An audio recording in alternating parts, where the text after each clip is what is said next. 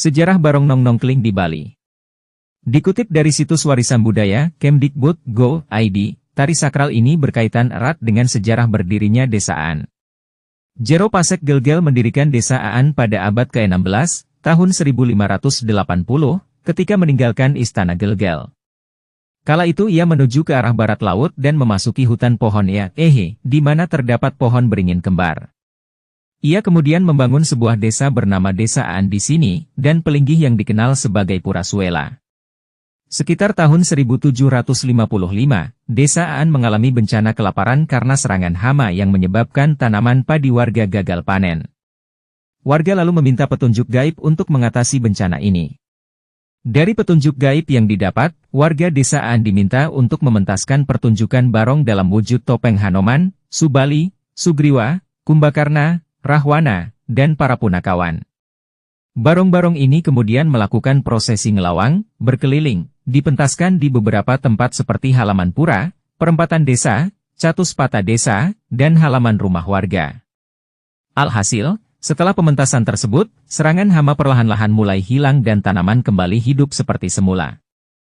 Panen kembali melimpah ruah, warga Desa Aan terhindar dari bencana kelaparan dan hidup sejahtera.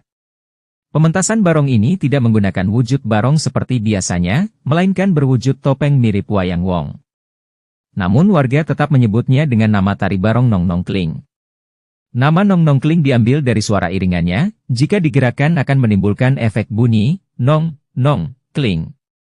Cerita pementasannya mengambil dari kisah, Kerebut Kumbakarna, dalam Ramayana. Tarian ini dimainkan oleh para pria yang menjadi krama pengempon, orang yang mengurus pura. Pemain terdiri dari 5 orang yaitu Kumbakarna, 2 kera, dan 2 punakawan. Pementasan tari barong Nong Nongkling tidak bisa dilaksanakan sembarangan karena sakral, dan berhubungan dengan pelaksanaan upacara tertentu. Tari ini dipentaskan untuk menyambut Hari Raya Galungan dan Kuningan. Sebelum pementasan, mereka akan nedunang, mengeluarkan perlengkapan tari seperti topeng, busana, dan perlengkapan lainnya. Selama prosesi ini berlangsung, mereka menggunakan beberapa sarana banten. Setelah itu para pihak yang terlibat dalam pementasan seperti penari, penabuh, hingga warga desa melakukan persembahyangan bersama. Hal ini bertujuan untuk memohon kelancaran dan keselamatan selama mementaskan tari barong Nong Nongkling. Para penari lalu mulai menari di halaman pura tanpa panggung, dan penonton duduk melingkar di sekitar mereka. Sesekali para punakawan akan melontarkan lelucon-lelucon untuk menimbulkan suasana gembira namun tetap sakral.